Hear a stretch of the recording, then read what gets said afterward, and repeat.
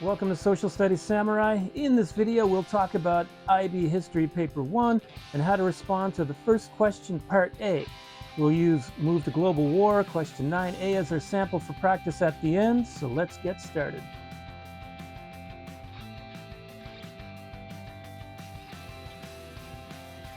Okay, so this is IB History Paper 1, how to answer the first question, Part A, because there's two parts. This method applies to every topic in IB Paper 1, but we're going to use 9a from the Move to Global War for our practice at the end. So in the video, we're going to talk about the kind of source you're going to see. We'll talk about how to respond to the question. We'll give you some tips, things to do, things not to do, and we'll do some practice at the end. Okay, so the kind of source that you're going to see is a narrative extract, which means it's a smaller piece of text from a larger piece of text. Now, what you're being tested on is your understanding of the source, which also means your reading comprehension.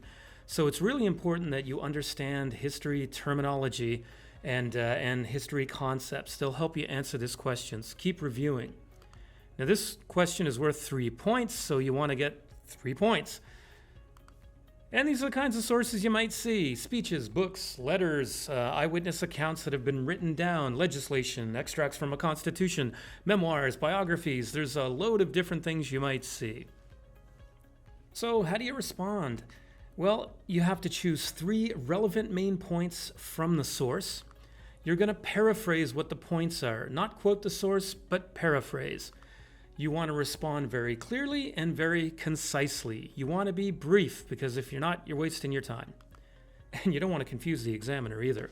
Make sure you're using relevant terminology. You might use some words from the prompt. Again, not quote, but use some words from the prompt so the examiner knows that you really do understand the question and the source. You do not have to quote from the source. The IB sent out new guidance. You don't have to quote. So the response structure is kind of like this.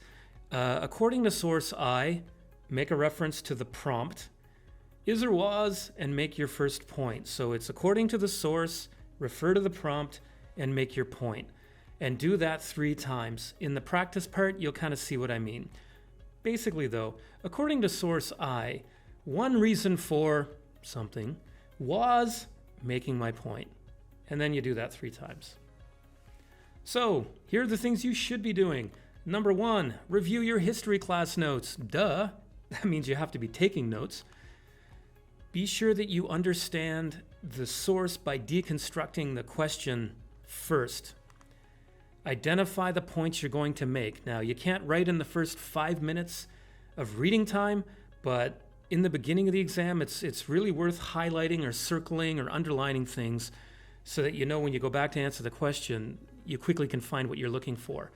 Use the prompt terminology because that helps the examiner understand your answer, and it's very clear that you're responding directly.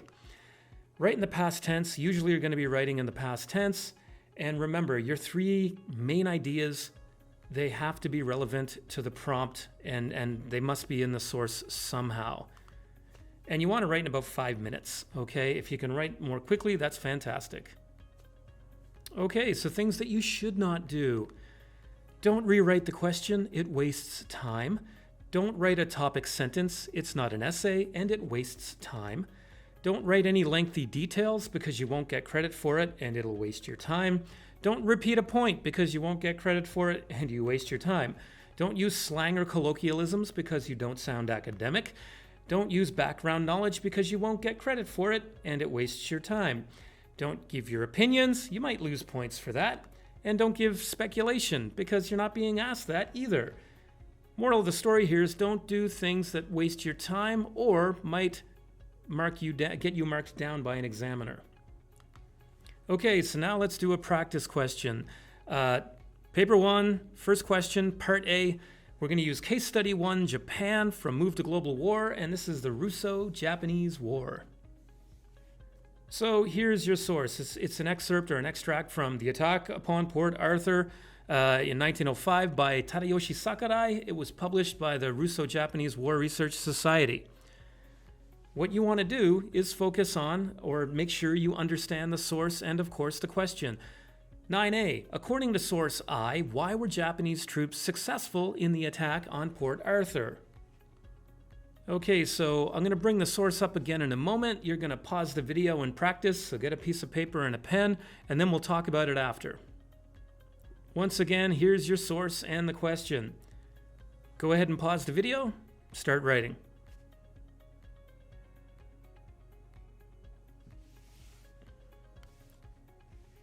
Okay, now let's start by deconstructing the question, right? We want to understand the prompt. And this one is asking, why were Japanese troops successful in the attack at Port Arthur? So your response should be, each of your three main points should make reference to Japanese success, or clearly note that you're talking about Japanese success in the attack on Port Arthur. All right, so in the source, I've underlined the things that I think are three main points. The bombs sent from our side exploded finally. Down to the next one. The enemy, thinking it was hopeless, left the place and began to flee.